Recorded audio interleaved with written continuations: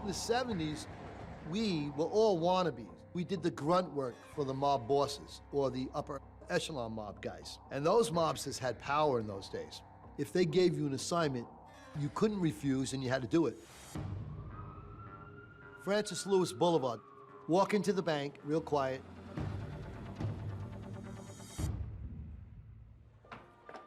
Everybody down! Everybody down! Hit the floor! I run into the bank and vault right over the top of the counter and yell, back up, and all the tellers back up, and I go into each drawer and start scooping the money out. My favorite trademark was to carry a bag with me. I'd have 2 bags in my pockets, and they would be little plastic bags, and it said, I love New York. I noticed every head teller would have a keychain with keys. And I said to the head teller, let's go into the vault right now, go. And she hesitated. And she began to urinate on the floor right in front of me. Now, I kind of felt bad that I made her do that, but I don't have time for this. To the vault. She went to the vault, she opened up the door. She opened up a couple of drawers, grabbed a whole bunch of stacks of money. We got into the car, we got back to the safe house, and we dumped all the money on the bed. That was like one of the fun moments, dumping the money on the bed. I always robbed the banks with the same bag. I love New York bag. Eventually, when I got busted, they had reports, and they said, we know how many banks you did. You always carried that little white bag, you know. It was a trademark of a criminal. He just couldn't get away from it, you know.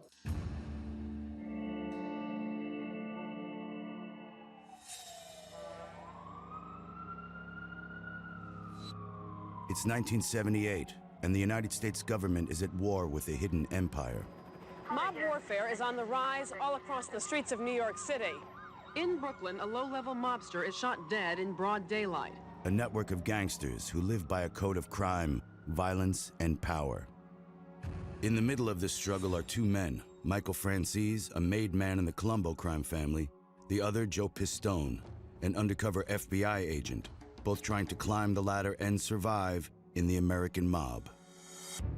They, along with their compatriots on both sides of the law, are witnesses to this secret history, stepping forward now to tell their stories firsthand. A few stay in the shadows for personal safety, fearing a criminal organization that reigned unchallenged in the United States until recent times. And in the 1970s, they were untouchable. What was the view on organized crime when you joined the Bureau? Back then, it was a very closed society. Organized crime knew what police could or couldn't do. There were crews within families that were literally untouched by law enforcement for decades. In 1978, 5 crime families ruled New York City and through it most of the country. The families go by the names of their best-known leaders: Gambino, Colombo, Bonanno, Genovese, and Lucchese. Right in their midst, hiding in plain sight, is an undercover agent named Joe Pistone. He's been living among the Colombo family for the last year, under the alias Donnie Brasco. When I first started, the FBI didn't think there was a mafia. Pistone leaves the Colombo family looking for a deeper way into the American mob. And now he's got a shot at infiltrating another of the 5 families, the Bonannos. The Bonanno family controlled gambling and loan sharking back in the day, but those days were over, and they had to find other ways of making money. The Bonanno family can be fairly characterized as groundbreakers when it came to drug trafficking. They would smoke drugs, rob drug dealers, and they were wild guys. The Bonannos were really, at this period of time, the worst. Now, for the first time in history, thanks to a single undercover agent, the FBI has a shot at taking down an entire family. Joe Pistone was an FBI agent who was pretty effective as an undercover. And he was recruited by the FBI to get into the Bonanno family, which he did by going to a guy named Lefty Ruggiero. Lefty was a 24/7 gangster. He grew up into life. He had relatives that were into life. He was a tough guy to be around. If you were in Joe Pistone's shoes, you had to know that every second that you were dealing with these mafia guys might be your last moment on earth. One mistake, the slightest error, you're through. They never hesitate to kill. When you're with these guys, you have to blend in. You have to be believable. He had convinced them that he was a very adequate and very good jewel thief. I would bring around some diamonds. I'd bring around watches, you know, all stuff that was confiscated by the federal government. After a while, Lefty really becomes comfortable with me. And he'd be telling me about who's the boss of this family, the boss of that family. I'm gathering great intelligence information. He's like an encyclopedia of the mob. Law enforcement work requires infiltration. You cannot do all of it through wiretaps. You can't do all of it through telephone intercepts. You can't do all of it through bugs, because you don't know what to wiretap. What happened, Lefty? What? You weren't out there, Dick. I talked to Sonny. I called the house and let me tell you something, Donnie. The man never told me nothing. He's playing games with me. He knows I'm telling you. It's a real gold mine for the FBI. Now they have an agent who is really in the middle of a mafia family.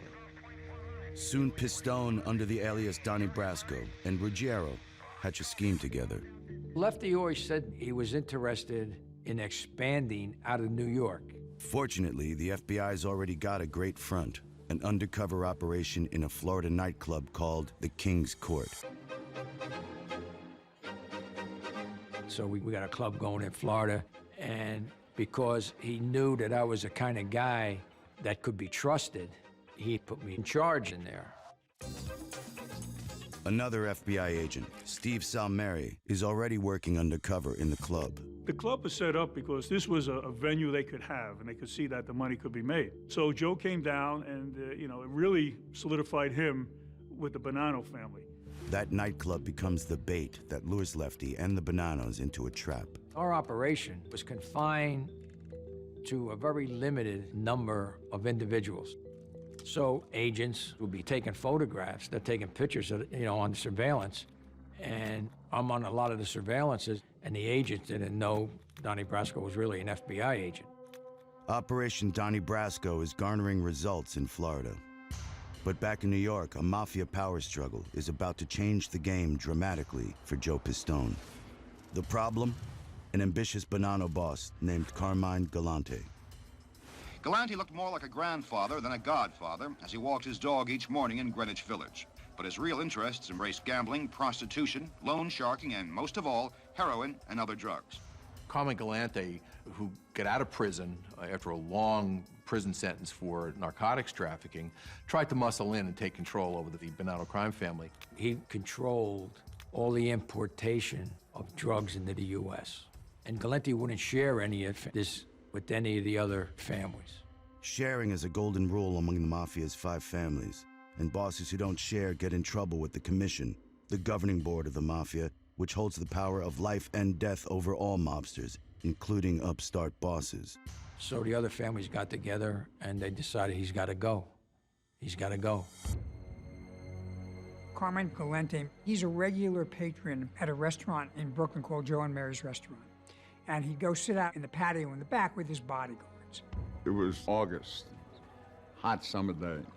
He's sitting there, he's having pasta with his friends, they're holding a conversation. Car pulls up in front of the restaurant, and there are 4 people in the car. One is the driver who stays with the car. The other 3 go through the restaurant. They know exactly where Galante's going to be. He sits there, puts a cigar in his mouth. They walk into the patio. They blow him over the chair into the tomato patch. Galante was having lunch in the courtyard of an Italian restaurant in Brooklyn when 5 men entered with automatic rifles and shotguns and opened fire. Did your uncle say who he was going to eat lunch with today? No, he stopped every day for coffee. He stopped in here every day for coffee? He don't know nothing. When I get there, the biters are still there because I get there pretty quick. And there's one laying in a tomato patch with a cigar in his mouth and a Zippo lighter in his hand. I look at it, it's Carmine Galante. It was an iconic picture because it went all over the world. My friends in Washington said Joe Coffey put that cigar in his mouth because they, I had a sense of humor, so did he. And of course, I didn't do it, but I let everybody think I did. Down in Florida, Joe Pistone gets a call from New York. I was in Florida looking out after the club down there, and I called Lefty because I had to call him every day. He says, "Have you seen the New York papers?" I said, "I haven't seen them yet." He said, "Well, go buy the New York papers, then call me back." I bought a New York paper, and there's the picture. I knew from Lefty that Galenti didn't have a lot of admirers, but I never had any indication that they were going to kill him. So I called him back, and I said, "I got the paper." He said, "You read it?" I said, "Yeah." He said, "Well, things are going to change. They killed Galenti. I want you to come back to New York."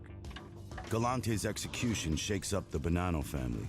In the unstable new order, imprisoned mobster Rusty Rastelli becomes the boss, and a hard case named Sonny Black becomes a captain. Lefty gets reassigned to work under Sonny Black, and along for the ride is Joe Pistone. Pistone is a godsend. He's more than just a wannabe. He's got Lefty Ruggiero on his side, who's bringing him in to meet capos like Sonny Black, Napolitano. Sonny Black was a tough guy, but you can joke with him. Plus, he wanted to keep earning money, and the undercover operation we had in Florida made a lot of money. Pistone now gets close to Sonny Black, whose fortunes in the Bonanno family are rising thanks in part to the Florida club. He's inside a capo's council. Capo is talking to him, dealing with him, telling him secrets. He's at third base. I like Sonny Black. I mean, how could you have comfortable conversation with him if you really don't like him? You know, I used to spend a lot of time with him, and I used to sleep in his apartment. I can remember telling this story to my FBI superiors, and they couldn't believe it. I mean, you know, he slept in the bedroom, I slept on his couch. We get up in the morning, and we sit around in our underwear, and here's me, an undercover FBI agent, and one of the most powerful captains of the Bonanno family, sitting there, drinking coffee, having a hard roll with butter, and watching cartoons on television. You never see that in the movies. But that friendship with Sonny Black is about to lead Pistone straight to cold-blooded murder.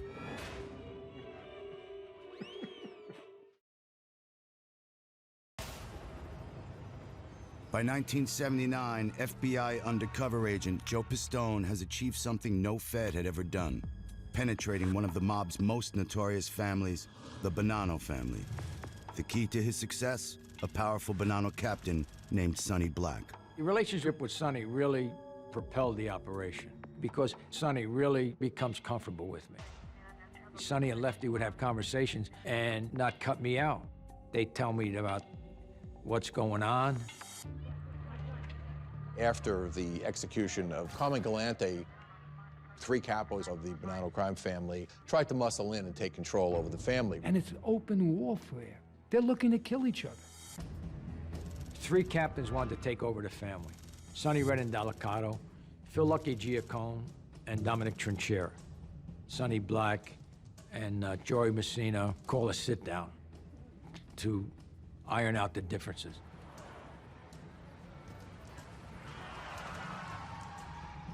But there is no ironing out these differences. It's all about power. What was supposed to be a sit-down, it was a trap, an ambush. Joe Messina was there. He tackles Sonny Red and Delicato, shoots him in the head. The other 2 capos are also killed. The 3 renegade capos are dead, but there's a loose end. Sonny's crew killed Sonny Red, and that his people. So they were looking to kill each other, and Joe's in the middle. What follows is a conversation that no FBI agent has ever had before. Proof positive that Joe Pistone has pulled off one of the greatest deceptions in law enforcement history. Sonny Black invites him to join the club. Sonny tells me, you know, I already proposed you for membership in the family. You're gonna get made in December. He tells me, you know, We took care of those guys. He said, one got away. I said, who? He says, Bruno and Delicato. He said, I'm giving you the contract to get Bruno Delicato. Now, as an FBI agent, you can't get involved in acts of violence unless you're protecting yourself or protecting a citizen. And one of the rules in the mafia is that when you get a contract, if you turn it down, you're gonna get killed. So when I was told you got the contract to kill Bruno and Delicato, I said, okay, Sonny, where do you think he is? Come on, take a walk. The hunt is on for Bruno and Delicato. If Pistone finds and kills him, he's going to become a made man, earning his place in the Bonanno family with blood. But over in the Colombo family, Michael Franzese is earning his place with cold, hard cash. Did you ever have anything? You know, not till later on when the media tagged me as being the yuppie Don, which I hated. But nobody would call me that to my face. I told them, don't ever say that to me. I don't like it. You know, it reminded me of California and all these kind of weird guys out there in suits. Michael Franzese was an immense earner for the Colombo family, and a guy who knew how to really deal with modern-day capitalism. He was a new breed. Hey, fellas, let's go. This handsome, young mafia prince from New York is Michael Franzese, the son of a legendary mafia godfather. Michael Francese's father was Sonny Franzese. He was a legendary figure in the world of organized crime, very powerful figure in the Colombo crime family. You know, my dad, he just had that presence about him, that people just really treated him well. And that's, you know, for a young guy looking up to your father, that's who I want to emulate. That's how I want to be in my life. One way Franzese hopes to make money is classic mob, through the labor unions. I had some very lucrative situations with unions. One of them in a major contract, a construction job with a major developer in Queens. And this is a major job. It was the biggest co-op conversion in the country at that time. And one of the guys in there happened to be the brother of a girl that I was dating at one time. And he got in touch with me and he said, Mike, I've got this job. And he said, the union is really harping on us. He said, you think you can help out? And I said, yeah. So I go and meet the labor union guy. And I said, you realize what we got here, right? Biggest job in the country. I said, let's work this thing. And he said, great. So we made a deal to keep the union out of there, and we charged the developer so much for every apartment that he converted.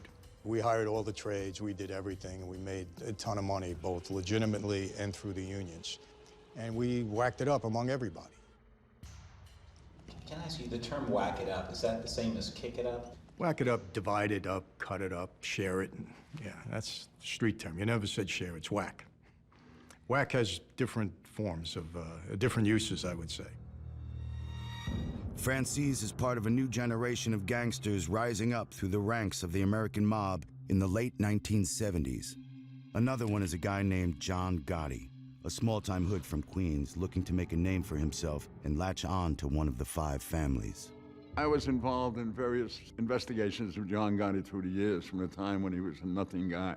In the 70s, we were all wannabes. Even John Gotti was a wannabe in the 70s. Between scores, Gotti kills time with other mob wannabes, smoking, drinking, playing cards. We would be playing poker. His cigar would be down. He would just hold his cards and he wanted to play. And every once in a while, when he got a good hand, this long De Nobili cigar would go up in the air. And I would know this, and no one spotted it. And the minute we saw that cigar go up, we were out the door, we threw our hand in. And he could never figure out what he did. He had to tell. He was a wild gambler. He would just lose every night. Rumors start to spread of an outsized personality in Queens. And all of a sudden, you started hearing this John Gotti this, John Gotti that. We used to say, who the is this John Gotti? I ain't never heard of him. He was a wild and crazy, flamboyant personality, high energy, charismatic. He had a 2-prong attack to become a made guy. In the mafia, you're made either one of 2 ways. You're an earner, or you do hits for them. If you do both, you're a huge made guy. He was. It's the beginning of a legendary career in the American mob.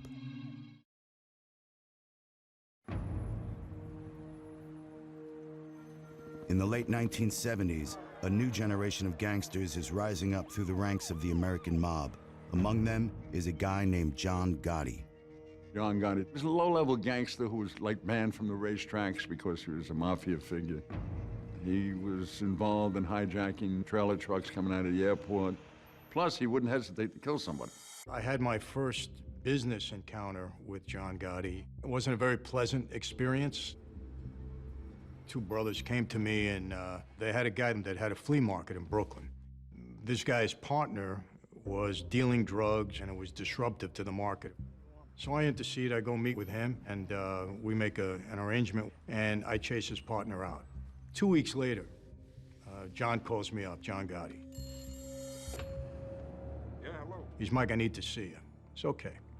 I go meet him and he says, that flea market in Brooklyn. Yeah? He said, the guy you chased out. Yeah? I said, he's with me. I said, well, John, come on. You know he just ran to you. No, I know the guy a long time. John wasn't pulling out, and I wasn't gonna give up. There's no way John Gotti would walk away from an argument with anybody, including himself, thinking that he lost. So I said, John, there's no way this guy's a drug addict. I don't want to be around him. I said, I'm gonna buy you guys out. Name your price. And it's like I knew it. He said, you don't buy me out, I buy you out. And that's what happened. He bought me out, gave me the money, and I gave my guy money. We kept some. He took the market, and within 3 months, they closed. It was over. So that was my first business encounter with Gotti. John Gotti was a thug. IQ of maybe a mothball, but a thug. But Colombo family member Michael Franzese is also making a name for himself as an earner among earners. He brings in big scores that attract attention throughout the 5 families of the American mob. But nothing so far compares to the scam he's about to pull off. This guy came to me, and he tells me, he said, look, we can make some money. I've got kind of a scheme. I have gas stations. So I said, all right, let's start a new company. I says, and show me how this thing works, and I'll see if I want to pursue it.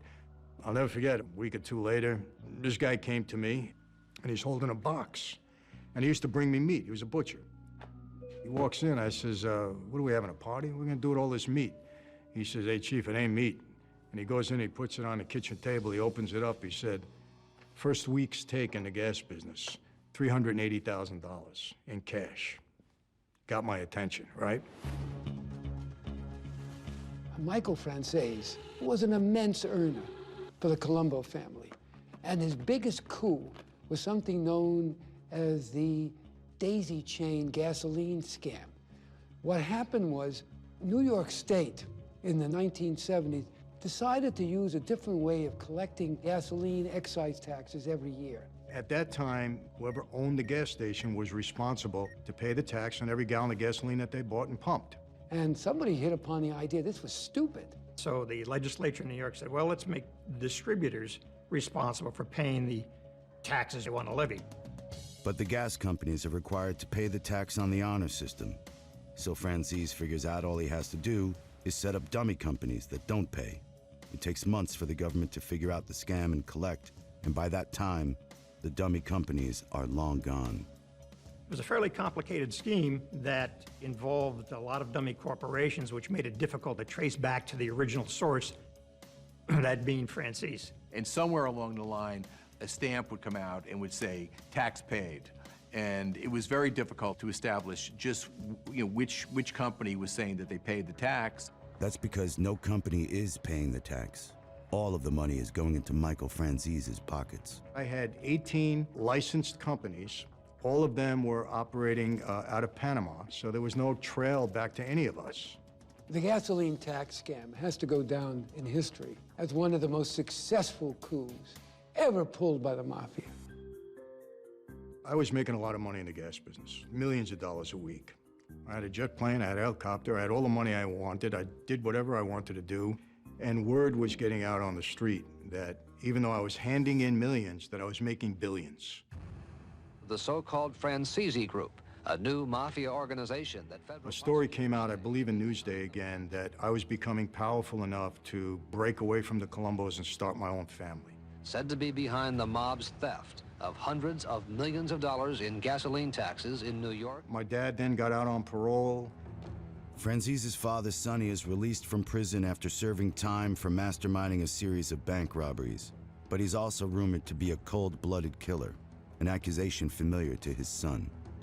Law enforcement said he's killed at least 30 people back then. Now I think it's 60. But as far as a dad, he was dad for me. I loved him. I idolized my dad. He was everything that I thought a man's man should be. Every child wants a reason to love their parents. You have to give them strong reasons not to love their parents. And I don't have any reason not to love mine, regardless of anything. The word gets out on the street, I'm becoming a target of law enforcement, and all of a sudden the two Franzises together, the son is making tons of money. Guys start to think about it, you know, double-edged sword. Even my own father was told he put a contract on me.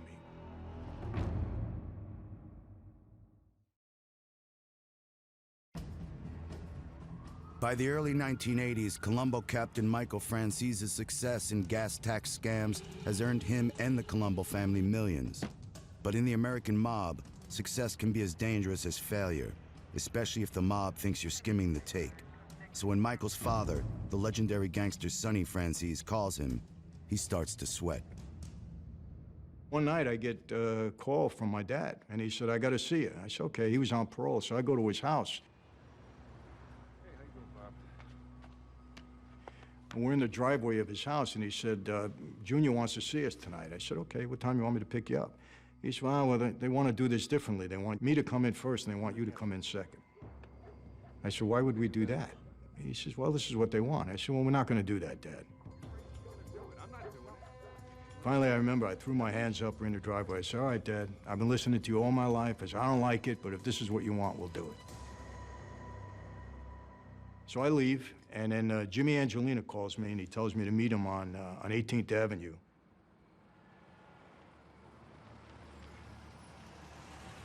Jimmy was a captain, too, at the time. Now, I knew Jimmy all my life. I get in the car, there's a guy sitting in the back that I didn't know, and he don't introduce me. And, you know, at that point, I was just really thinking, something's really bad here.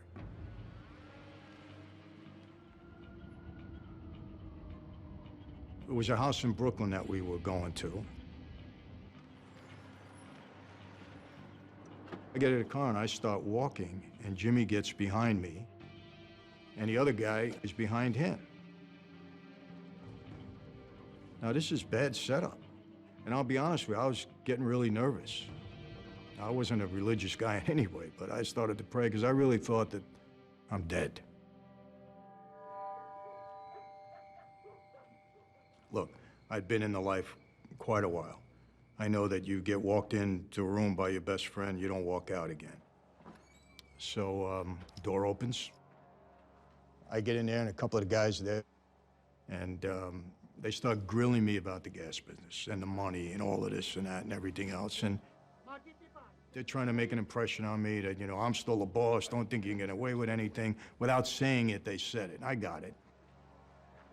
The meeting ends, and to Francis's surprise, he's still alive. So now, Jimmy's gonna drive me back. I say goodbye to everybody. We get in the car. I'm ready to really open up on him. I was really upset with him. He didn't tell me anything. So I get in the car, and I said, "I know you all my life. You don't prepare me. You don't tell me anything that's going on." He said, "I'm gonna tell you something, Michael." He said, "Your father was in there before you tonight. He didn't help you one bit. You were on your own in there." And it really affected me in a bad way. And I said, "Man, I can't trust my own father here."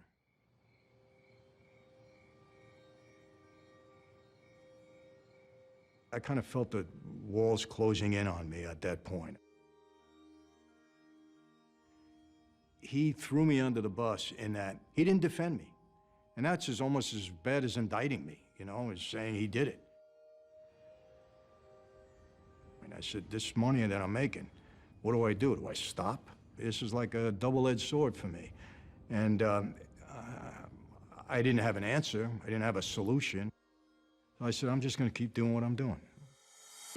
While Colombo Captain Michael Francis struggles with the consequences of his gas scam, across town in Brooklyn, Undercover agent Joe Pistone is about to become an official member of the Bonanno family, an organization who make their money not just from extortion and loan sharking, but drugs. Under the alias Donnie Brasco, he's penetrated the organization deeper than any law enforcement officer in history. He's about to become a made man, but first, to prove himself, he must kill.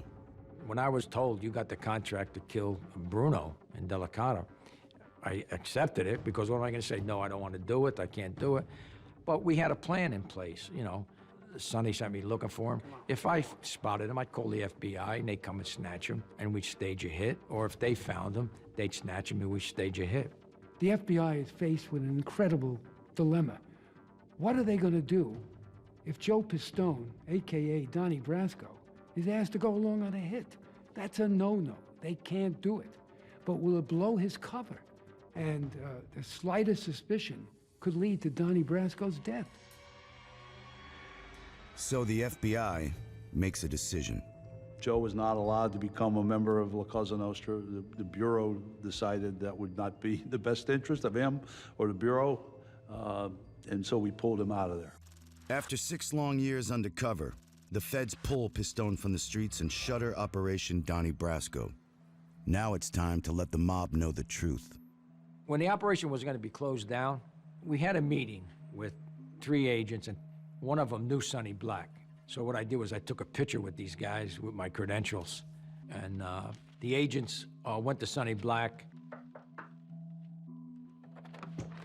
and they showed him a photograph of myself and the guys, and they said, you know, Sonny, we just want you to know that this guy you know as Donnie Brasco is really Special Agent Joseph D. Pistone at the FBI. He's been working undercover for 6 years.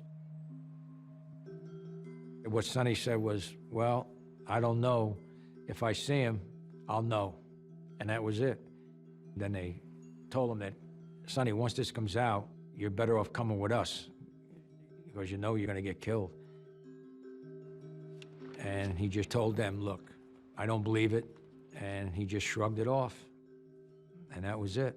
And they left, and he calls Lefty, calls the other guys in the crew. They all go to the Motion Lounge. They say Donnie's FBI. And he tells them what happened. In the beginning, Lefty couldn't believe it either. Lefty couldn't believe that I was an undercover agent. When he found out, I can't say here on camera what his response is. It wasn't good. It wasn't good. Word spreads in the streets. Bonanno associate Donnie Brasco is actually a federal agent, an infiltration that will soon shatter the American mob. The FBI's Joe Pistone has pulled off an unprecedented coup against the American mob, infiltrating the Bonanno family to its core. But after 6 years undercover, the feds pull him out before he must kill someone or get killed himself. And the news quickly spreads in the streets that the wise guy known as Donnie Brasco They say Donnie's FBI. isn't what he appears to be. I remember meeting Donnie Brasco, Joe Pistone, with Lefty. We didn't have any business. It was hello and goodbye. He was there. There was nothing more discussed. But when we found out what happened, and it was common knowledge on the street that he was an informant FBI agent, it was pretty shocking because he was almost straightened out. He had gotten that far. And then what happened? Once they found out it was me, the commission got together and the commission put a $500,000 contract out on me. Pistone gets out of New York fast, hiding out in FBI headquarters in Washington, D.C. But within the mob, those who are responsible for Donnie Brasco's rise must pay the price. Sonny had to fess up to all the bosses what had happened. So he gets a call to go to a sit-down. He walks into the Motion Lounge and tells the bartender, I just got called to a sit-down. And he gives him his ring, gives him his money, gives him his keys, except his car keys. And he calls his girlfriend and says, they tell me that Donnie was an undercover agent. I didn't believe it. Now I believe it. If you ever see Donnie, tell him I'm glad it was him. So he goes to the sit-down, and the next thing they notice, Sonny Black is gone.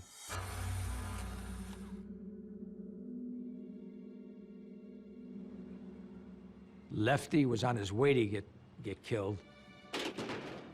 And surveillance team snatched him up because they heard that, you know, when he gets here, we're gonna kill him, whack him. A year later, law enforcement makes a gruesome discovery. They found Sonny's body in '82 in a body bag with his hands cut off. And the reason that they did that was he introduced me to bosses that I shook hands with. Did I want to see him die? No. I mean, look, you know, that's not my job. My job is to gather evidence and put you in jail. Lefty, he spends his 15, 18 years in a can, doesn't say a word. Because they took that oath and they believed in that oath. They took that oath and they believed in that oath. But Pistone's not the only one choosing a new path. Across town, Michael Franzese, a captain and top earner in the Colombo family, is becoming disillusioned with his way of life. But that's the least of his troubles. Law enforcement's closing in. I started to feel the pressure in the early 80s, and the government opened my eyes to it in that they had a major undercover operation on me, on this gasoline case and everything else. It would seem that Michael Franzese is unfortunately following the footsteps of his father. The FBI can allege and say whatever they like. They've been doing it for many, many years. Well, the FBI identified him as a significant target. Informants providing information to the FBI about this up-and-coming, sophisticated gangster. So the FBI came to us and said that they wanted to bring a case against him. And I got a visit in my offices out in Long Island from 2 FBI agents.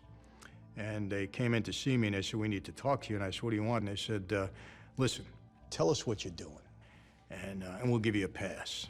Yeah, right. And I said, "Well, I don't know what you're talking about with gas, you know." So I knew, I said, "Man, this is not good." I mean, I really got their attention now.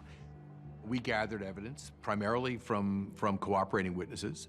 And when he was faced with a lengthy trial and the prospect of getting a very lengthy sentence. People were being convicted 100 years, 150 years. I said, "They're gonna give me 1,000 years if I go down on this." He decided to plead guilty and to make restitution payments of $10 million, which he pretty much defaulted on. Michael Franzese indicted on 28 counts of racketeering, fraud, and extortion. I'd made 2 very bad decisions in my life. I trusted my father, look where it got me. I surrendered my life to La Cosa Nostra, and look where it got me.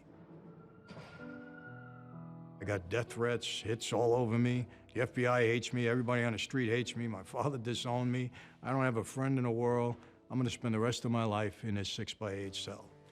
And it was the first and only time in my life that I really felt hopeless. Then he kind of shocked us because he came forward and agreed to cooperate. And based on the cooperation he provided, he did get his sentence reduced. I got 4 years on a parole violation, and I spent 35 months and 13 more days in prison, 29 months and 7 days in the hole. And during that time is when I strengthened my faith and started to read the Bible. But Franzese gets out and lives to tell the tale. Do I find it surprising that I'm alive? I feel I'm the most blessed guy walking the streets. What should my fate have been? I should either be dead or in prison for the rest of my life. The son who once followed his gangster father blindly into the life now walks away from the mob forever, unscathed. I cannot explain how Michael Franzese was able to do what he did. The only speculation you could have is that he paid his way out. Somehow he was able to persuade people in the Colombo crime family not to do anything to him. Really, the only way that ends is when you end, and you're in a coffin, it's over. How Michael Franzese got out of the American mob with his life remains a mystery to this day.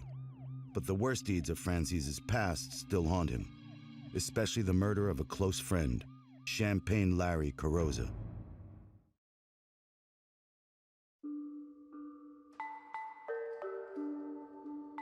Colombo Captain Michael Franzese walks away from life in the American mob and begins cooperating with law enforcement.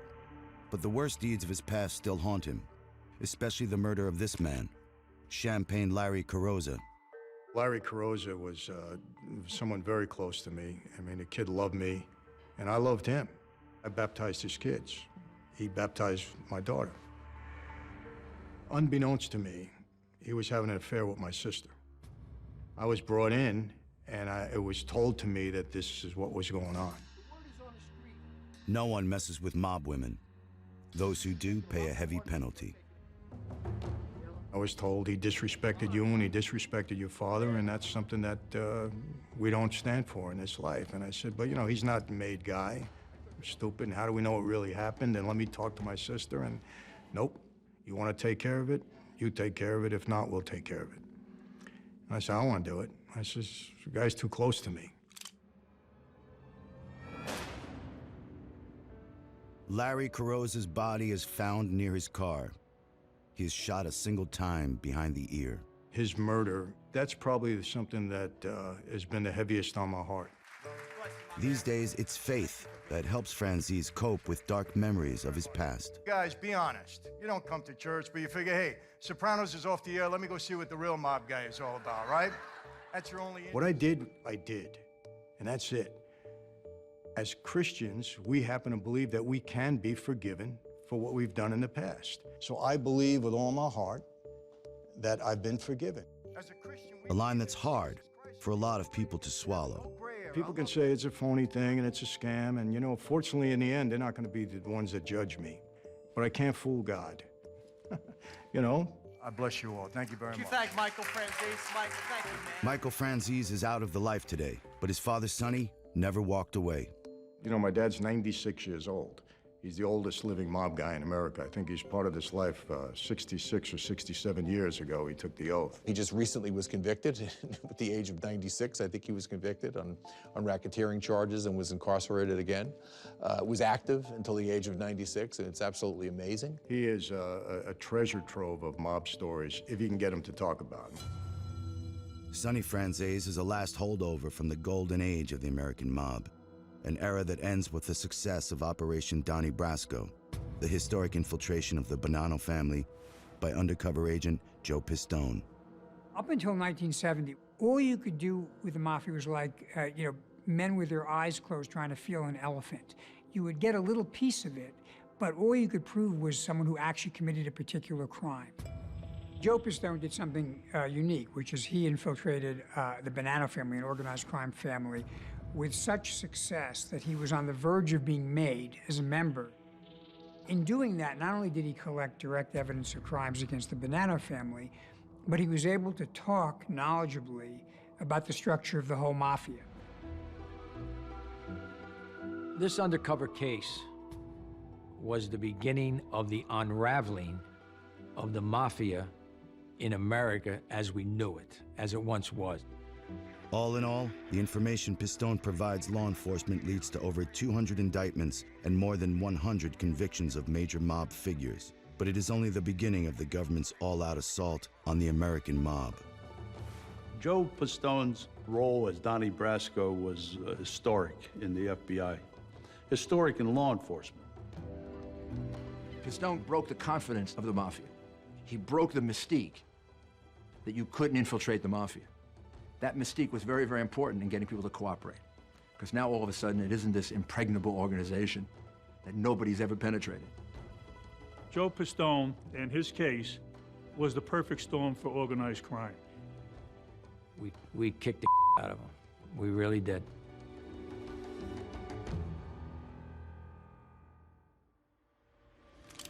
But the American mob still has enormous power in New York City and around the country in the 1980s. You always have to use your brain, and you always have to use the gun. In cities like Philadelphia, home to one of the most violent mob families in the United States, We live by our own set of rules. and a major battleground in law enforcement's war to end the rule of Cosa Nostra. His reign becomes a reign of terror.